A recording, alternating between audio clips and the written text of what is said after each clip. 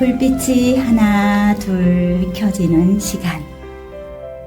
영화 음악을 들으면서 삶의 장면을 따라 걷는 에세이 산책의 장지연입니다. 안녕하세요. 천여 년 전 북송의 시인이자 철학자, 학자, 정치가로 유명한 소동파는 그의 시에서 인생이란 폭풍이 지나가기를 기다리는 것이 아니라 빗속에서 춤추는 법을 배우는 것이라 했습니다. 오늘은 나를 설레게 하는 한 가지를 해보면 어떨까요?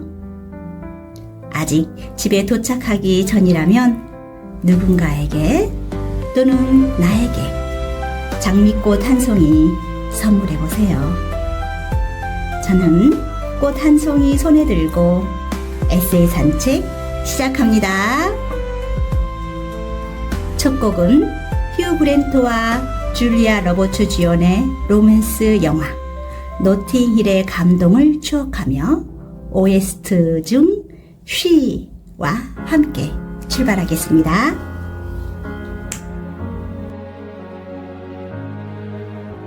She may be the face I can't forget, a trace of pleasure or regret, maybe my treasure or the price I have to pay. She may be the song the summer sings, maybe the chill the autumn brings, maybe 100 different things within the measure of a day. She may be the beauty or the beast, maybe the famine or the feast, may turn each day into a heaven or a hell. She may be the mirror of my dreams, a smile reflected in a stream.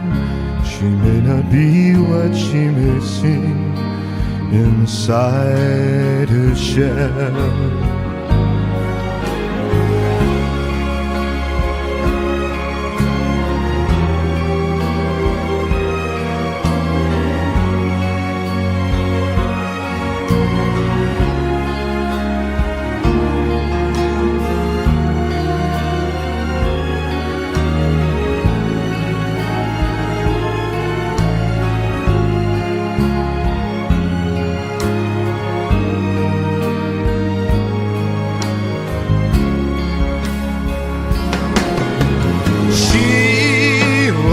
Seems so happy in a crowd whose eyes can be so private and so proud. No one's allowed to see them when they cry. She may be the love that cannot hope to last, may come to me from shadows of the past that I remember till the day I die. I survive, the why and wherefore I'm alive, the one I'll care for through the rough and ready years. Me, I'll take her laughter and her tears and make them all my souvenirs. For where she goes, I've got to be. The meaning of my life is she.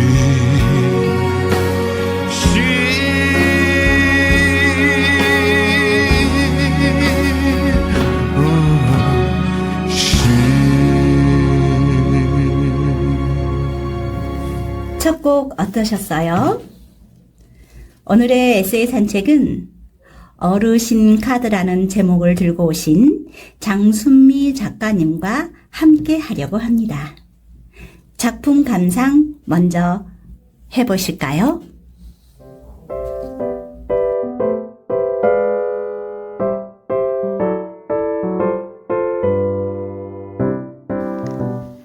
어르신 카드 장순미. 외출했다가 집에 돌아오는데 몇 발짝 앞에서 대여섯 살 먹어 보이는 계집아이가 아빠랑 걸어가고 있었다. 디즈니 만화에서나 나옴직한 반짝이는 푸른색 드레스를 입고 갈색의 머리는 말끔히 빗어 제 머리통을 반이나 가르는 커다란 푸른 리본으로 꽁꽁 묶은 모습이 여간 예쁜 게 아니었다. 키가 큰 제 아빠를 올려다보며 뭐라 조잘대다가 무언가 제 마음에 안 들면 뾰로통한 표정으로 말대답도 하고, 그러다가 아빠가 뭐라 일러주면 또 금세 까르르 고개를 젖히고 웃는다. 패티코트 속치마를 받쳐 입어 풍성하게 펼쳐진 드레스 자락은 아이의 움직임에 따라 출렁이고 있었다. 그런 제 드레스가 마음에 드는지 아이는 연신 두 손으로 옷자락을 들었다 놨다 하기도 하고 빙그르르 한 바퀴 돌기도 하며 여간 부산스러운 게 아니었다.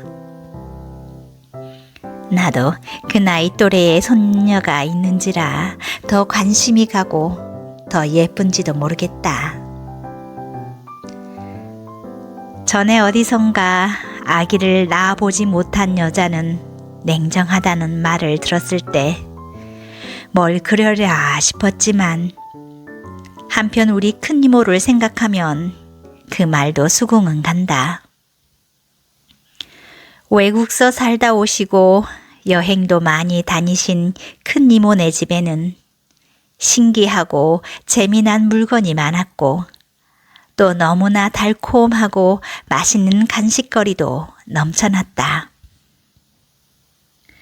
어렸을 때 호기심 많고 에너지가 넘치는 아이였던 나는 그래서 큰 이모네 놀러 가는 걸 좋아했다. 그러나 큰 이모네 가서도 여전히 얌전히 있지 않고 이것저것 만지다 떨어뜨려 깨뜨리고 어지르기 일쑤였다.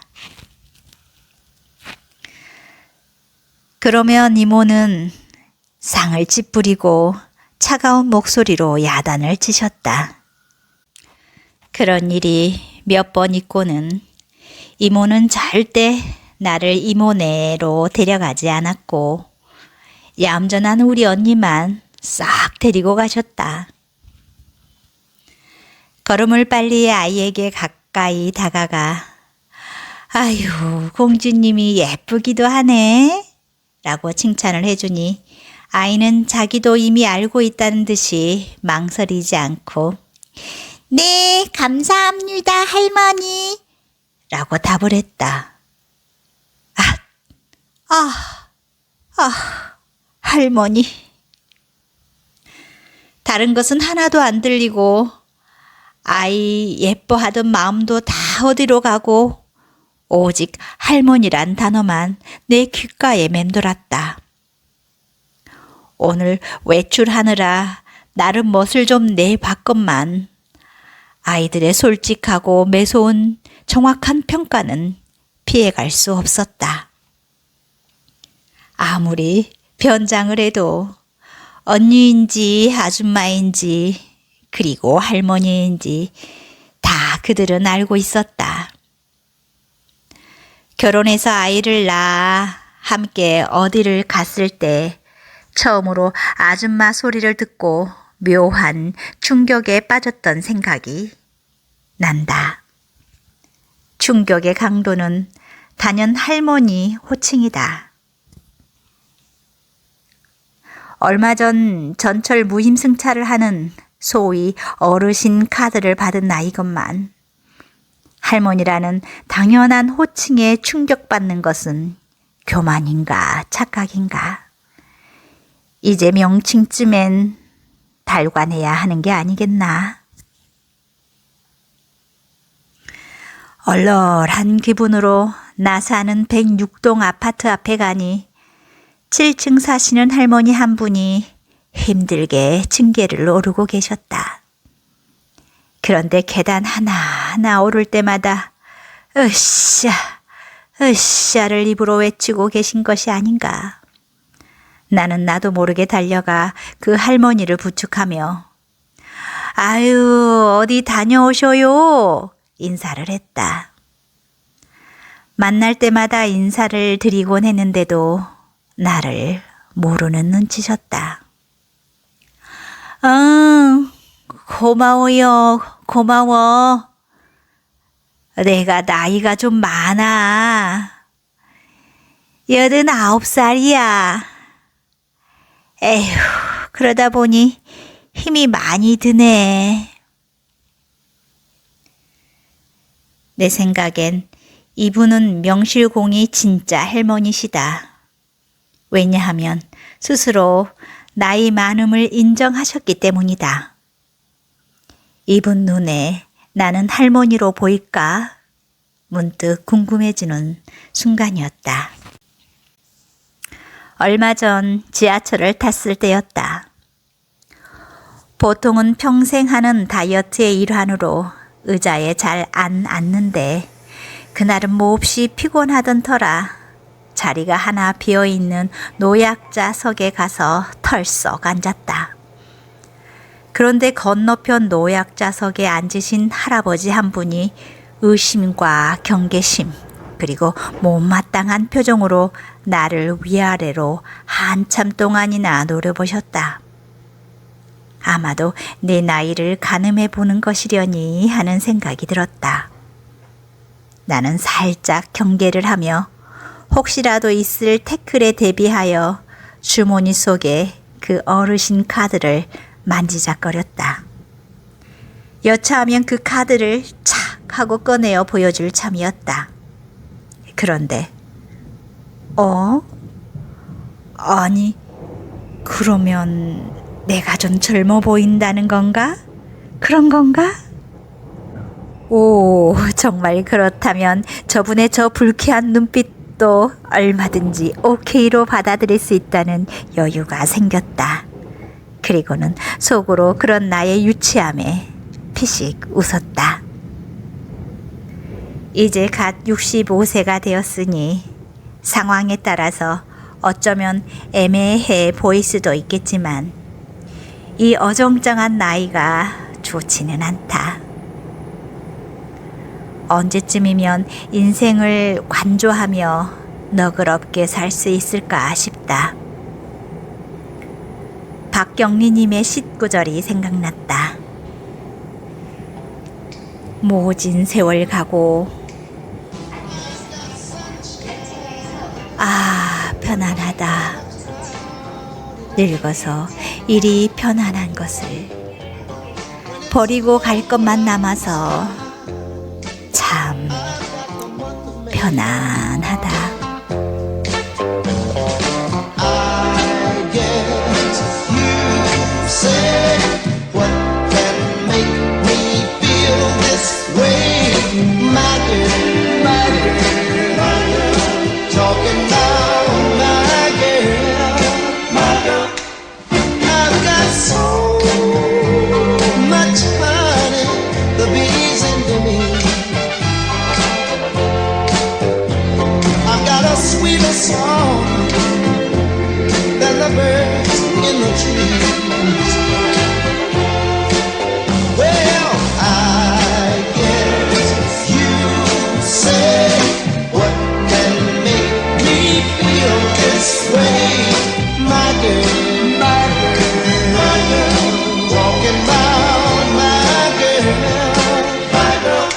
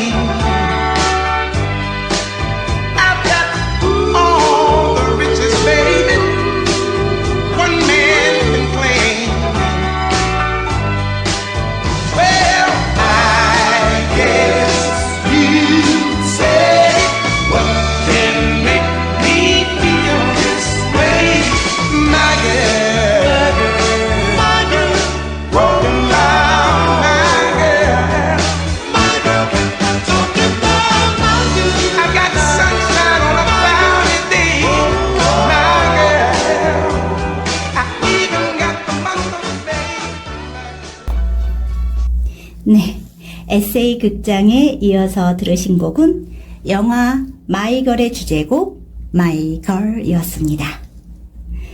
오늘 에세이 산책에서는 노년의 삶을 즐길 준비를 차근차근 하시며 행복한 글쓰기를 하고 계시는 작가님을 모셨습니다.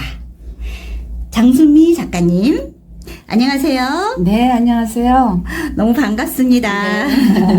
저희 에세이 산책에 이렇게 나와주셔서 너무 감사드려요. 저도 감사합니다. 네, 장순미 작가님은 시인이자 아동 작가인 아버님의 일남 이녀 중 차녀라고 소개해 주셨는데요. 작가의 딸로 성장한다라는 것은 또 다른 느낌일 것 같은데요. 일찍이 아니라 좀 뒤늦게 작가의 길로 들어오셨는데 아마 유전자의 힘이 크지 않았을까라는 생각이 드는데요. 간단하게 본인 소개 한 번만 더 해주시겠습니까? 네, 저는 유아교육을 전공했어요. 그래서 그러고는 이제 결혼을 해서는 내내 집에 있다가 네. 60 다 돼서 네. 근데 그 사이에는 간간히 글을 썼어요. 역시 어렸을 때 분위기라든가 네. 집에서 늘 책 속에 살고 했던 게 이제 그게 발현이 된 것 같아요. 저희 언니 같은 경우도 국문과를 나왔지만 네. 결국은 글을 안 썼거든요. 네, 근데 네. 아버지께서 그거를 굉장히 좀 서운해 하셨어요. 네. 자식들 중에 누가 하나는 네. 이어받았으면 이렇게 네. 하셨었는데 네, 네, 네. 그러다가 근데 제 마음속에 항상 글이 이렇게 빙빙 돌아요. 네. 그러다 어느 순간에 탁 터져 나오면 그냥 즉석에서 계속 고치는 거 없이 쓰고 네. 그러던 네. 것들이 있었죠. 네. 그렇게 글을 쓴다라는 것은 사실은 그런 것도 있지 않았을까 싶어요. 지금 문학으로 글로써 생활이 해결되지 않기 때문에 네. 생활을 전선에 뛰어들다 보면 글이 점점점 멀어졌다가 네. 어느 정도 또 여유가 생기면서 내가 멀리 두었던 글이 또 잊지 않고 찾아오는 것 같아요. 그죠? 그죠? 네. 너는 나를 멀리하지만 나는 너를 멀리하지 않겠다. 그래서 글이 찾아오신 것 같아요. 그러면서 지금 글을 쓰면서 지금 이제 제가 첫 에세이 극장을 제가 읽어드렸어요. 네. 마음에 드셨는지 모르겠지만. 네, 좋습니다. 네. 그 속에서 보면, 이게 이제 나이에 대한 인식의 접근이 굉장히 낙천적이고, 발랄한 느낌을 좀 받았거든요. 그렇네요. 네, 그 작품 속의 이야기 에피소드 잠깐 얘기해 주실 수 있으실까요? 네, 항상 나이 먹을 때 앞에 숫자가 바뀔 때마다 항상 이게 살짝 충격을 받더라고요. 그렇죠. 예. 그리고 그게 점점 더 심해지더라고요. 네. 그래서 우리가 그렇지 않나요? 마음은 항상 청춘인데 이렇게 막상 보면 네. 나이 들었다 하는 걸 알 수 있고 이제 그런 걸 좀 표현을 해본 것 같아요. 네, 맞습니다. 이웃집 할머니가 계단을 오를 때마다 으쌰, 으쌰. 하고 너무 가슴 올라가는 아팠어요. 거. 네. 네네. 저도 이제 앞자리가 바뀌고 조금 지나고 나니까 좀 어떤 느낌인지 조금은 알 것 같고, 그렇더라고요. 그래서, 저희도 이제 어머니가 계시고, 네. 또 딸이 있는데, 네. 어느 날 딸이 저한테 그러는 거예요. 엄마, 그 나이에도 뭐가 하고 싶어? 그 나이에도 이런 게 재밌어? 라는 말을 하는 거예요. 네. 거기에 대해서 질문을 받았으면 어떻게 대답을 해주실 수 있으셨을까? 재밌는 말로. 네. 너는 늙어봤니? 나는 젊어봤다. 요즘 그런 얘기가 막 돌잖아요. 네네. 그들도 이제 나이를 먹으면 네. 저절로 알아지는 거고, 아직 그 나이를 안 살아봤기 때문에 네. 그런 질문 충분히 할 수 있죠. 그래서 제가 그랬거든요. 나는 너랑 마음이 똑같은데, 거울 속의 얼굴만 내가 다르다. 아니야. 나의 20대의 너의 마음이랑 지금이랑 변한 게 없는데, 맞아요. 거울 속의 얼굴만 변한 거야. 라고 얘기를 했던 경험이 납니다. 네. 오늘 작가님, 저희 에세이 산책에 오실 때 혹시 전철을 이용하셨을까요? 네, 전철 탔습니다. 제가 왜 여쭤보는지 알 것 같죠? 네. 예, 작품 속에서 전철에서의 에피소드 들으면서 되게 즐거웠거든요. 거기에 대해서 조금만 더 이야기 들려주시겠어요? 근데 그날을 제가 좀 많이 피곤했어요. 이제 대체적으로 저는 자리에 잘 안 앉거든요. 근데 그날은 아이고 힘들어. 그래서는 털썩 주저앉았는데 그 앞쪽에 계신 그 할아버님 한 분이 나를 아주 기분 나쁜 눈초리로 쳐다보시더라고요. 그래서 네. 저분이 왜 그럴까 생각하다가 그래서 그런 이제 에피소드가 생각이 네. 나서 썼던 거죠. 혹시 너무 아름다우셔서 쳐다보신 게 아닐까요? 그거는 아닙니다. 근데 이제 요즘은 전체적으로 다 한 10년씩은 젊어졌다고 그래요. 네네. 그 신체 연령이나 뭐 이런 것들이. 그렇죠. 그러니까 그때 그 당시에 제가 바로 그 카드를 받은 상태였거든요. 네. 그러니까 그 경계선이잖아요. 네. 그러니까 이제 의심을 하셨나 봐요. 그 어르신 카드라는 것은 그러면 그 몇 살 때 나오는 거죠? 65세. 아, 만 65세. 네네네. 아, 만 65세가 되면 나오는 네네네. 거고. 그러면 뭐, 그 이제 노약자석에도 당당하게 앉을 수 있고. 그렇죠. 뭐 교통비도 조금 뭐 보조를 받을 수 있고 뭐 그런 카드가 그렇죠. 맞죠. 네네네. 제가 건방지게 아직 거기까지 안 가서 젊으시네요. 모르시는 거 보니까. 죄송합니다. 나이 자랑을 살짝 했습니다. 네, 그 얘기가 좀 재밌고, 또, 그, 손녀들, 작은 공주 같은 아이들을 보면서 또 그 느낌들. 네. 그러니까, 내가 손주도 있고, 네. 어르신 카드도 있어서, 네. 나이는 먹은 것 같은데, 내 마음은 아직 청춘이야. 맞아요. 그렇죠. 네. 네. 그 기분은 또 어떤지 한번 듣고 싶어요. 손녀가 이제 둘인데 그 아이들을 보면서 정말 꽃 같다. 네. 정말 인꽃이라고 옛날에도 네, 표현했잖아요. 애기들 보고 꽃 같다 그런 느낌을 하면서 그 마음이 다른 아이들을 볼 때도 똑같이 그게 작용이 되더라고요. 그래서 뭐 심지어는 그런 말이 있을 때 애기 안 낳아본 사람은 그러니까 애기에 대한 사랑이 적다. 네. 그 느낌을 모르기 때문에 네. 그랬을 때 그 아이에 대한 사랑이 막 남의 아이지만 네. 그렇게 생겼던 것 같아요. 그리고 어렸을 때부터 굉장히 발랄하고 그랬던 것 같은데, 그러면 지금 내가 그래 나이는 숫자에 불과해 라는 생각을 하시면서, 내가 그러면 이 나이에 내가 할 수 있는 게 뭘까, 이 나이여서 너무 좋은 게 있다라고 하면 어떤 게 있을까요?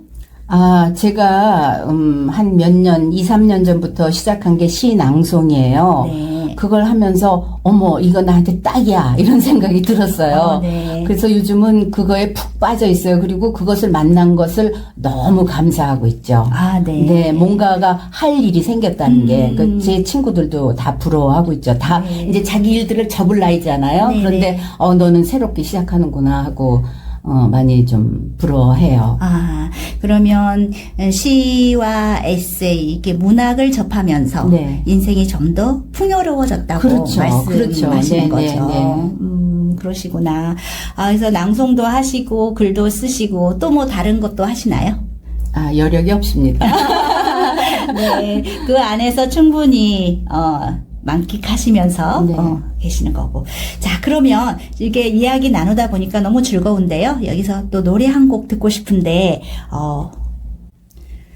오늘은 이게 선생님이 추천하는 영화 음악으로 한번 듣고 싶어요. 저에게 들려주고 싶은 또 청취자분들과 함께 듣고 싶은 곡이 있으면 소개 좀 부탁드려도 될까요? 제가 정말 몇 번을 보고도 몇 번을 울은 영화가 있어요. 네. 그게 이제 그 르네 클레망 감독의 금지된 장난인데 네. 거기 그 OST를 좀 듣고 싶습니다. 네. 그렇군요. 네. 거기 기타 선율이 아름다운 네. 그 음악 맞죠? 네. 네. 그러면 우리 청취자분들과 즐겁게 들어보겠습니다. 여기는 영화음악과 함께하는 장지연의 에세이 산책입니다. 여러분, 로망스 함께 들어보실까요?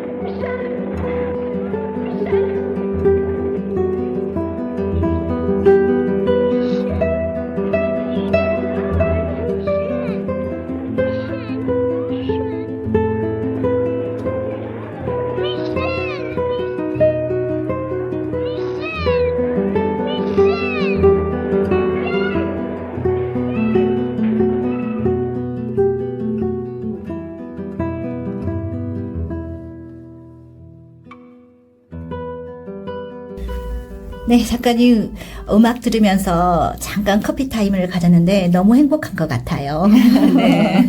네, 그 작가님이 생각하는 문학은 어떤 거예요?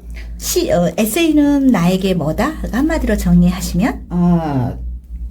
문학이라는 거는 제 생각에는 거울 같은 것이다라고 생각이 돼요. 네네네. 그 글 속에 자신을 투영해서, 네. 자기 모습을 볼 수 있는, 네. 뒤돌아볼 수 있는 어떤 순간이 되는 것 같아요. 그래서 네. 문학은 거울이다. 라고 얘기하고 싶어요. 네, 그 문학 장르 중에 특히 이제 에세이가 그렇죠. 소설이나 이런 거는 제2의 없는 것들 창작해내는 경우가 많은데, 에세이는 더욱더 그런 것 같습니다. 시나 소설에 보다 자기를 더 투영해야 되는 게 또 에세이 작품이다 보니까요. 그렇죠. 그러면 여기서 두 번째 작품 이야기 한번 들어보고 싶은데요. 네. 두 번째 이야기는 어떤 이야기일까요? 제가 이제 늦둥이로 세 번째로 아들을 낳았어요. 네. 그 아들이 이제 군대 훈련을 가면서 제가 여러 가지 감정이 막 복잡한 게 네네네. 그런 걸 표현한 글이죠. 네. 그렇군요. 아들을 군대에 보내는 것은 또 어떤 느낌일지 사실 저는 딸만 있어서 그 감정은 잘 이해를 못하고 있긴 한데 아들 둔 어머님들은 그 시기를 가장 힘들어 하시는 것 같더라고요. 힘들다기보다는 저 같은 경우에는 되게 감격스럽다 그럴까? 좀 그런 느낌이었어요. 그래요? 보통은 떨어뜨려 놓은 거에 대해서 안타깝고 물론 좀 그런 그런데, 것도 있지만 어머, 내가 낳은 아들이 이제 저만큼 커서 나라를 위해서 일을 할 수 있구나, 뭔가를 할 수 있구나 하는 게 굉장히 감격스러웠다 그럴까? 그랬어요. 대견하고 네. 다 컸구나라는 생각이 들고. 그리고 오래 원하고 오래 기도하고 하면서 낳은 아들이라서 그 감정이 조금 더 했던 것 같아요. 작가님 그 글을 제가 살짝 살펴봤는데 엄청 애틋하고 귀한 아드님을 표현을 하셨더라고요. 물론 누구에게나 자식들은 귀하겠지만 그렇죠. 그리고 제목이 삶은 계란이더라고요. 그래서 삶은 계란하고 아드님하고 무슨 관계가 있지 하고 조금 의아해했거든요.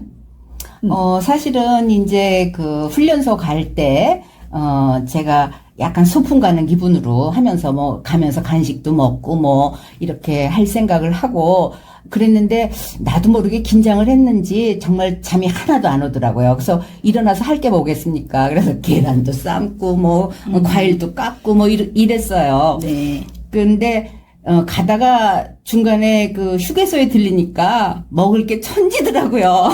그래서 그렇죠. 쓸데없는 짓을 한 거죠. 그런데 이제 우리 아들도 굉장히 긴장을 했는지 안 먹더라고요. 그냥 중간에 커피 한 잔만 마시고는 아무것도 안 먹어. 잘 먹는 애인데. 그리고 데려다 주고 돌아오는데 갑자기 이제 내가 피곤과 허기가 물려오면서 그 계란을 이제 꺼내서 먹는데 또 밑에서는 울컥하고 올라오는 거예요. 그거를 나는 굳이 이 계란의 뻑뻑함 때문에 내가 이렇게 가슴이 이렇게 막히는 느낌이다라고 스스로를 이제 위안 아닌 위안을 했던 거죠. 그래서 제목을 삶은 계란이라. 그러셨구나. 네네. 저는 왜 계란이라고 했지 하고 좀 의아했었거든요. 그렇게 그 어머니의 그 감정을 누르는데 또 아무리 눌려도 또 올라오는. 그렇죠. 그렇군요. 네, 그러면 여기서 우리 그 작품 한번 들어보고 가겠습니다. 네. 삶은 계란은요, 보이스 액터 진희선님의 목소리로 감상하시겠습니다.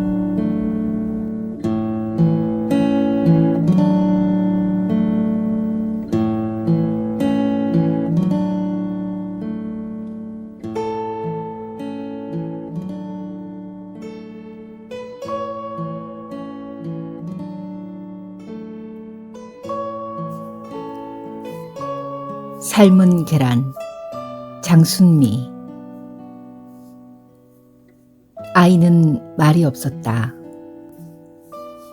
평소 같으면 운전을 자기가 하겠다고 조르던가 앞으로의 자기 꿈에 대해서 열정적으로 설명하거나 여자친구의 장점을 무심한 듯 늘어놓으며 자랑도 하던 아이였다.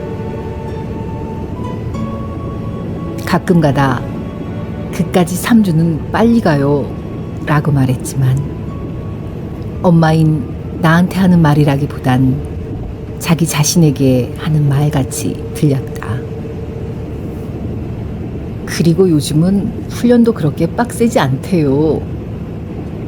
근래에 훈련소 안에서 일어난 일명 얼차 사건이나 수류탄 사건을 염두에 두고 한 말 같았다. 앞만 바라보고 있는 아들의 굳은 옆얼굴은 분명 그가 엄청 긴장하고 있음을 잘 나타내고 있었다. 처음엔 나도 소풍 가는 기분으로 가볍게 다녀오자 하는 마음으로 아침부터 과일도 씻어 준비하고 계란도 삶고 밤도 쪄서 껍질을 깠다. 둘째 아이가 돌 무렵이었다. 전화벨이 울렸다. 시아버님이셨다. 하실 말씀이 있으시면 시어머니를 통하거나 남편을 통하시던 분이라 의아해하며 전화를 받았다. 내가 결혼할 무렵 시아버님 친한 친구분들, 자제분들도 둘레둘레 비슷하게 결혼들을 했다. 그리고 재미나게도 첫 번째 손주들을 전부 딸을 낳았다. 친구분들은 모이시면 이것 또한 신기해하시며 손주가 얼마나 이쁜지, 또 며느라이가 미니스커트를 입고 시아버지한테 고스톱을 치자고 해서 민망했다든지, 무슨 선물을 해줬다든지 하시며 자손들 이야기로 왁자지껄 즐거워하셨다. 그런데 어느 한 분이 둘째로 손자를 얻고부터는 분위기가 조금씩 달라졌다. 뭔가 아들 손자를 꼭 봐야 할 것 같은 초조한 기대감들이 넘쳐났다. 그 이후로 아들도 낳고 딸도 낳고 후손들은 계속 태어났고 나는 둘째도 딸을 낳은 것이다. 시아버님의 실망은 이만저만이 아니었다.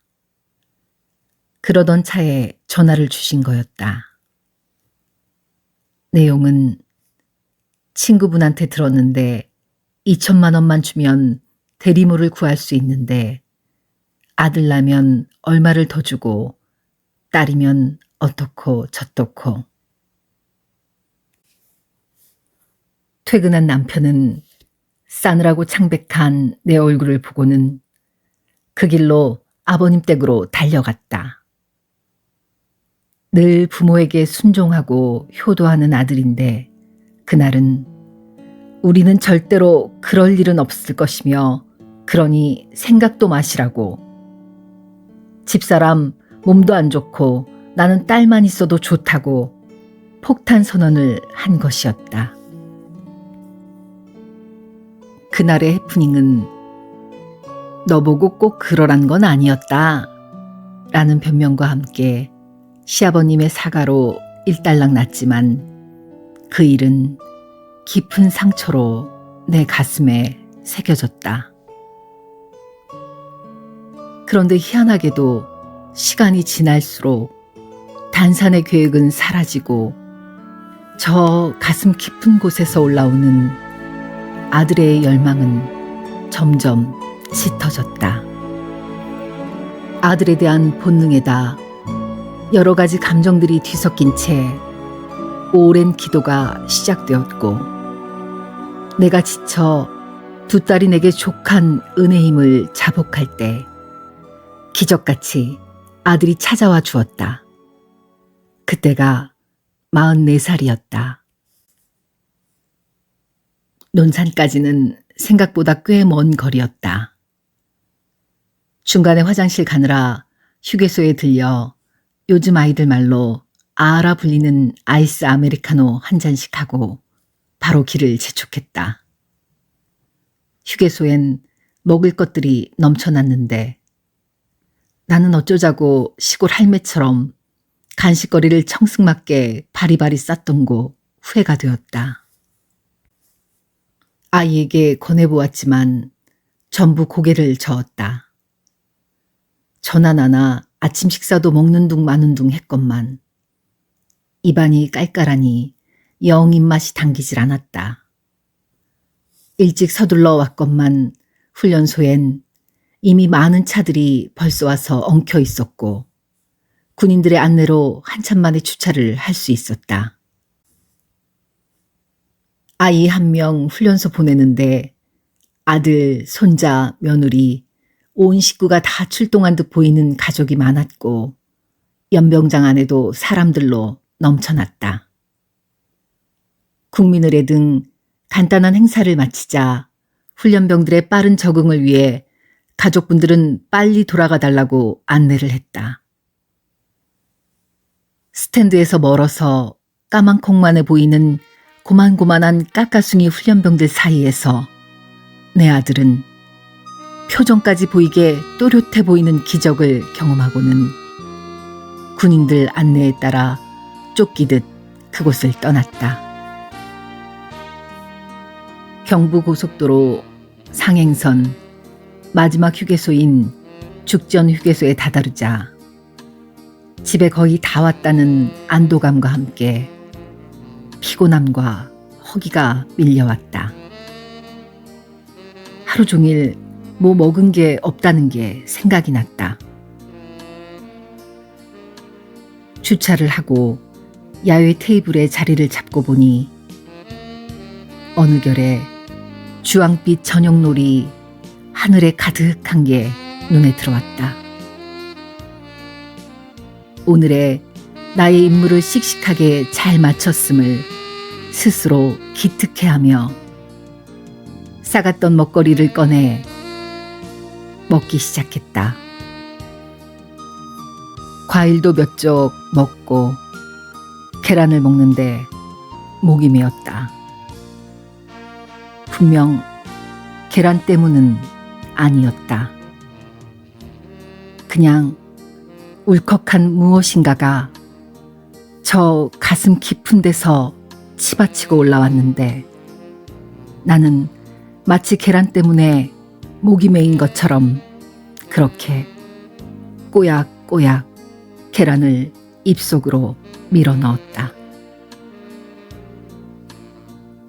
눈부시게 찬란한 주황색 저녁놀이 팔을 뻗어 내 어깨를 감싸주었다.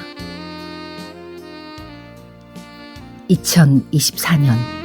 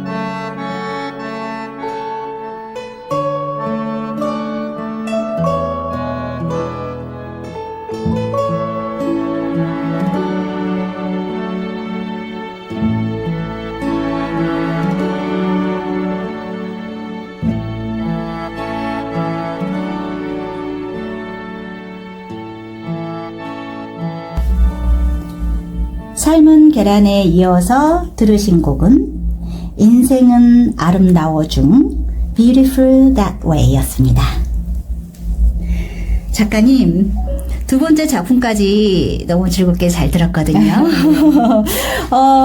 근데 이야기 듣다가 제가 깜짝 놀라는 소리를 하나 들었어요. 지금, 대리모? 네. 옛날 영화에서 봤던 그런 이야기가 나와서 순간 깜짝 놀랐는데, 이 이야기 좀 들려주실 수 있으실까요?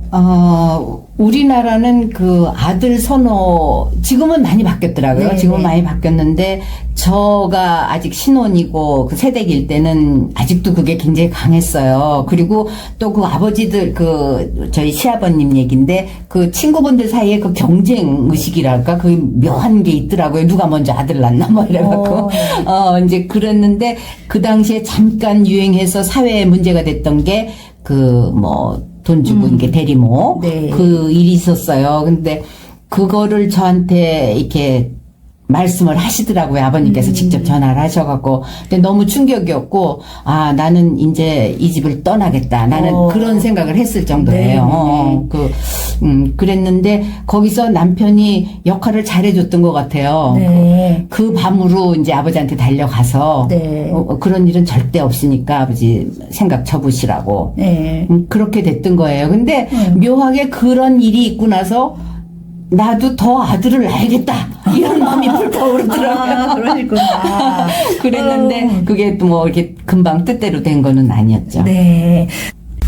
듣다 보니 지금, 이혼 캠프 같은 느낌이 살짝 들어서, 웃음이 나왔고요. 여기는 장지영과 함께하는 영화음악과 함께하는 장지연의 에세이 산책입니다. 에세이를 들여다보면 그 시대의 사회, 그 다음에 그 사람들의 생각이 어떤지 이런 것을 엿볼 수가 있어요. 그렇죠. 네. 그래서 그 작가님의 작품 속에서, 우리도 이런 시절이 있었지라는 생각을 하게 됩니다. 네. 그러면 그 작가님은 우리 아드님이 살아가는 세상은 어떤 세상이었으면 좋겠다.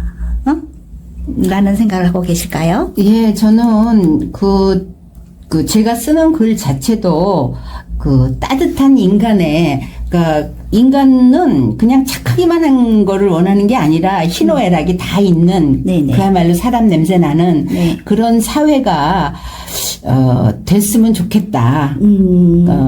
그런 생각을 하고 있죠. 그러니까 지금은 너무나 이렇게 계산적이라고 그럴까? 젊은 세대들을 보면 네네. 너무나 똑똑하고 네. 너무나 살이 밝고 그런데 어떤 그런 사람 사이의 정이라고 그럴까? 미운 정도 정이라고 그러잖아요. 네. 근데 이런 사람 냄새 나는 네. 그런 삶을 살았으면 좋겠다 하는 생각을 하죠. 네, 맞습니다. 삶에서 변하지 않는 것이 있다면, 부모님의 자식에 대한 지극한 사랑, 이런 게 있다고 보는데, 또 의외로 또 변하는 것은 참 많은 것 같아요. 그래서, 요즘 세상에서는 소통이 참 어려운 시대다라는 생각을 하거든요. 네. 혼자서 생각하는 시간들이 많고, SNS를 통해서 세상과 통하는 사람들이 더 많은 것 같고, 네. 그런데. SNS가, 굉장히 이렇게, 우리 옛날에는 이렇게 두꺼운 소설책 같은 걸 읽었잖아요. 네네네. 바람과 함께 사라지다는 이만하게 두꺼운 책들이잖아요. 그런 거를 읽으면서 머릿속으로 상상하면서 막 눈물 흘리면서 그렇게 했던 감정의 뭐라 그럴까, 골격을 이루면서 우린 살았던 것 같아요. 근데 요즘 사람들을 보면은 SNS의 짧은 어떤 자극적이고 그런 얘기들만 보고 자라기 때문에 스스로가 자기의 감정을 잘 모르는 것 같아요. 그래서 역시 글을 많이 읽고 네. 스스로 생각하고 네. 남이 보여주는 거를 보는 게 아니라 내가 생각해서 보여줄 수 있는 그런 게 필요한데 그래서 문학이 참 필요한 것 같고 네. 그래요. 네. 그러면 여기서 우리가 이제 이야기를 듣다 보니까 거의 막바지에 다다랐거든요. 네. 저기 종착역이 보이고 있습니다. 네. 여기서 그러면 작가님이 이 방송을 듣고 있는 청취자분들, 또는 이제 작가님의 책을 읽을 독자분들에게 들려드리고 싶은 말씀은? 저는 그 글 쓰는 거를 두려워하지 말라라고 말씀드리고 싶어요. 네네네. 이제 우스갯말로 전화를 뭐 1시간씩 하고는 나중에 만나서 얘기하자. 그만큼 할 얘기가 많다는 얘기거든요. 네네. 그 얘기를 그냥 글로 쓰는 거예요. 거기다가 뭐 옷 입히고 색칠칠하고 하지 말고 그냥 그대로 쓰다 보면 자기만의 색깔의 글을 쓸 수가 있고 그 글을 통해서 자기 감정의 순화가 된다고 저는 생각을 하거든요. 네. 그래서 글 쓰는 걸 두려워하지 말고 글 쓰는 사람을 특별한 사람으로 생각하는 경향이 많이 있는데 네. 절대 그렇지 않다. 네. 글 쓰는 건 생활의 표현이다. 네. 저는 그렇게 얘기하고 싶네요. 그러면 생활의 표현을 많이 하면서 살아라. 네, 그리고 네. 그걸 글로 써서 네, 감정의 순화를, 감정의 순화를 네. 나누자. 나누자. 너무나 네. 좋은 말씀이신 것 같아요. 네. 작가님의 좋은 마지막 말씀과 함께 우리 청취자분들과 헤어질 시간이 이렇게 갑작스럽게 네. 와버렸습니다. 시간이 빨리 갔네요. 네네. 끝인사 한 번만 더 우리 희망을 주는 끝인사 한 번 더 해주시겠어요? 여러분을 표현하십시오. 네, 여러분을 표현하십시오. 네, 너무 감사합니다. 오늘 너무 즐거웠고요, 작가님. 네, 저도요. 다음에 또 모시고 싶습니다. 네, 그러면 다음에 또 한번 기회 주실 수 있으시죠? 노력하겠습니다. 네, 감사합니다. 좋은 글 많이 써주세요. 네, 안녕히 가세요. 네, 안녕히 계세요.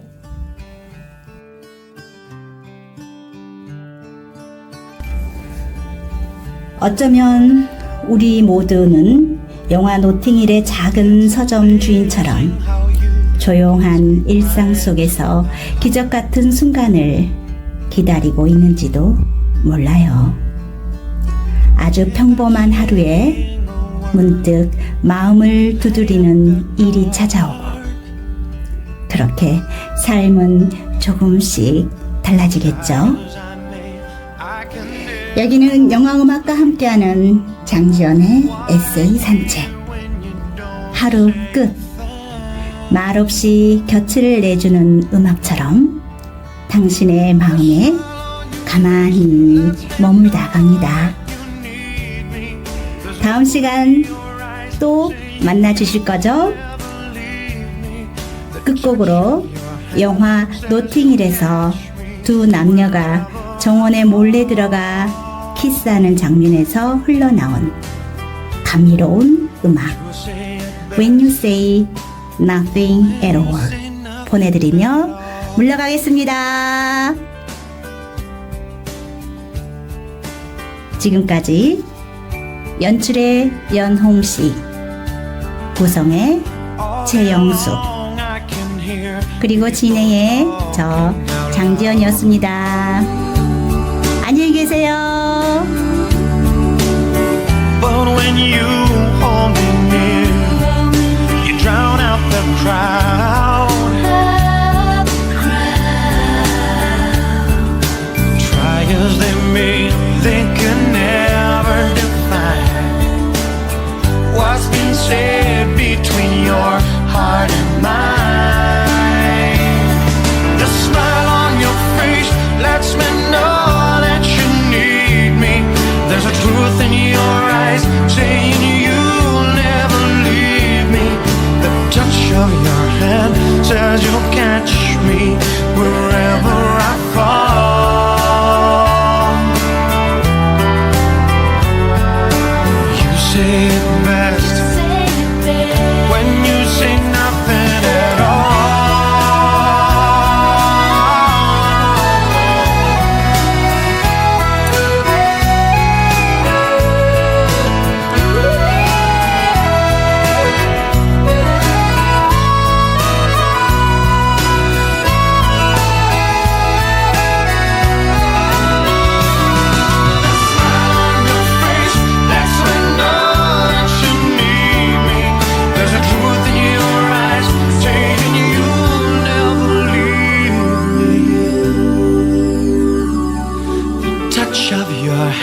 Says you'll catch me wherever I fall.